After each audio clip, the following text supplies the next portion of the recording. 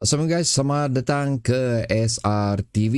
So, kita kembali pula ke saingan Liga Super sekarang ni dengan bilang orang kegembiraan yang kita share bersama hasil daripada kemenangan menentang Hougang tempoh hari.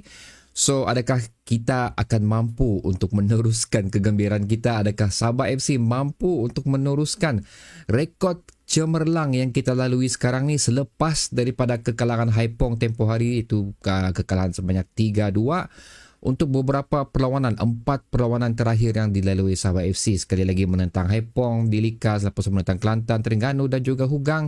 Kita telah melakukan bilang orang a magnificent job lah untuk beberapa perlawanan tersebut, di mana tiap perlawanan kita menjaringkan lebih daripada 3 gol dan telah mencatat sebanyak 2 clean sheet daripada 4 perlawanan, dan 2 lagi perlawanan dibolosi itu hanya mampu dibolosi dengan 1 gol saja.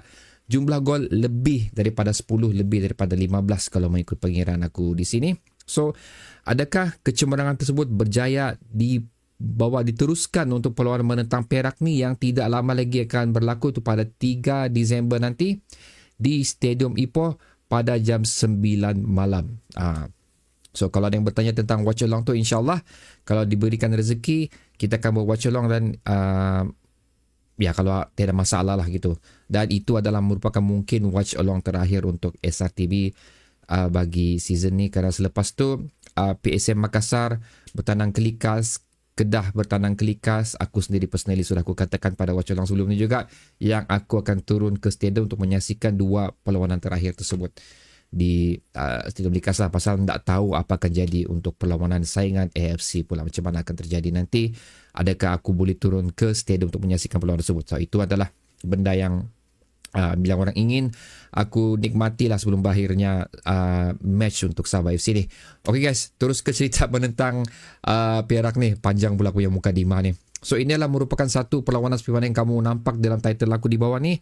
Luka masih terasa kekalahan Sabah FC di aksi Malaysia Cup, di mana kita telah diikat seri di Stadium Likas dan satunya tumpas di Stadium Perak pada tempoh hari itu. Adalah merupakan satu bilang orang aku respect kemenangan yang dimiliki oleh Perak dalam perlawanan tersebut, tapi ia adalah perkara yang bagi aku sungguh mengejutkan untuk kita miliki result tersebut, kerana di saingan Liga Super sewaktu saingan pertama tu kita berjaya menundukkan Perak sebanyak 3 gol berbalas 1 di Stadium Likas. So, aku assume especially waktu saingan di Stadium Likas tu kita boleh melakukan benda yang sedemikian, tapi tidak berlaku pada perlawanan tersebut.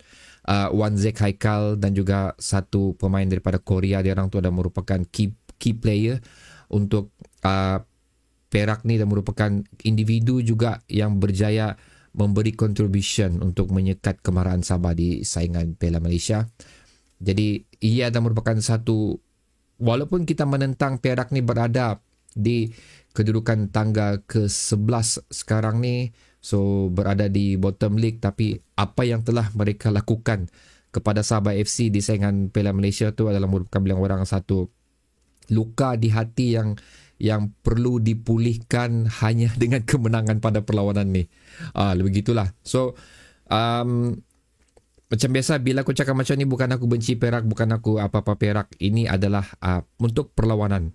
Untuk perlawanan ni, sukan memang kita bilang orang jadi musuh, tapi selepas sukan di luar padang kita adalah sahabat. Pasal viewers, aku punya viewers ni ramai juga yang dari Perak, dan even Perak penyokong Perak sendiri pun banyak bilang orang support Sabah lah, especially untuk saingan AFC. Dan aku berterima kasih kepada anda semua atas sokongan yang diberikan. Tapi again, ini adalah perlawanan Liga, agak penting untuk Sabah.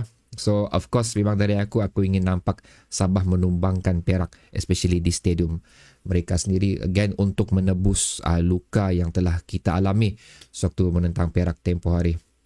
So, itu dia guys. Dan aku yakin perancangan yang dilakukan oleh OKS waktu menentang Hougang tu adalah perancangan yang bagus, di mana memulakan key player pada separuh masa pertama untuk mendapatkan cushion yang cukup bagus untuk dibawa ke separuh masa kedua, dan mengeluarkan pemain tersebut di separuh masa kedua untuk mereka ada masa rehat yang cukup untuk seterusnya travel ke Perak pula. So, itu adalah antara benda yang aku mention di sini pula. So, aku agak risau juga, adakah terlalu banyak merantau akan mengganggu sedikit mentally pemain-pemain Sabah FC. Which is aku rasa mustahil benda tu akan berlaku sebenarnya, tapi kita tak boleh nafikan juga benda-benda macam ni mungkin akan memberi sedikit efek bagi pemain-pemain Sabah FC. Itu yang aku risaukan dan aku harap tidak akan berlaku.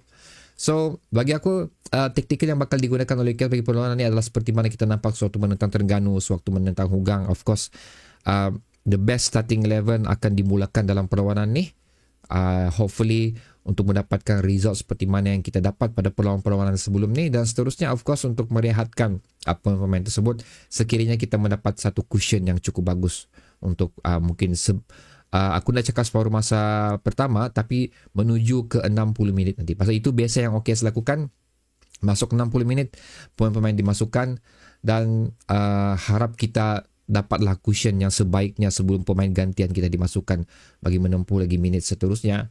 Dan bagi aku juga pemain gantian kita pun cukup menyerlah juga, especially Jeffrey Chu dinobatkan sekarang sebagai super sub kita walaupun tidak berjaya melakukan apa-apa sewaktu menentang Hougang.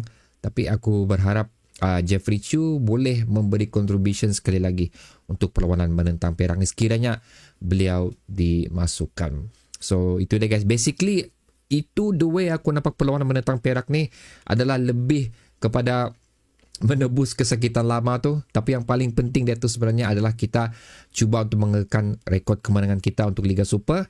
Cuba untuk memintas Kedah, kerana Kedah akan menentang Selangor. Bagi aku double check sekali lagi guys, bagi confirm. Yes, Kedah akan menentang Selangor pada esok hari. So ini adalah merupakan satu perlawanan yang penting untuk kita pada 9 malam guys, esok hari 2 hari bulan. Perlawanan kita 3 hari bulan, ingatkan sekali lagi. Ini adalah perlawanan yang bagi aku patut untuk kita tengok lah, untuk kita tahu result ya, apa akan jadi. Lepas itu baru kita akan menumpu ke perlawanan seterusnya untuk Sabah FC, apabila kita pula yang akan menentang Kedah di Stream Likas. Tapi itu akan berlaku lama lagi lah, pada 17 Disember. Bagi menentukan adakah, again benda ni depends dengan apa yang akan terjadi dengan Kedah dan Selangor. Sekiranya ia dimiliki oleh Selangor perlawanan tersebut, so chances kita untuk memintas Kedah tu untuk kekal, memintas dan kekal berada di tangga nombor 3 amat bagus.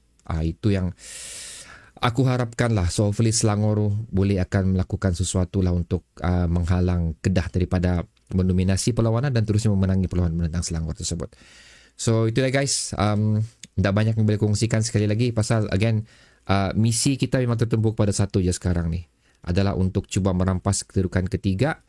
Dan seterusnya, ini personally aku ingin bila orang membalut luka lama yang telah diberikan oleh Kedah kepada aku sewaktu perlawanan Piala Malaysia tempoh hari. So apa pendapat kamu pula? Apa pula tumpuan kamu untuk perlawanan ni? Aku telah ceritakan tumpuan aku, dan aku mau tahu juga tumpuan kamu untuk perlawanan ni. Ada kita mempunyai misi yang sama atau anda mempunyai misi yang berbeza untuk perlawanan ni? So sila tekannya di ruang komentar di bawah. Sehingga kita berjumpa lagi di video akan datang guys. Assalamualaikum.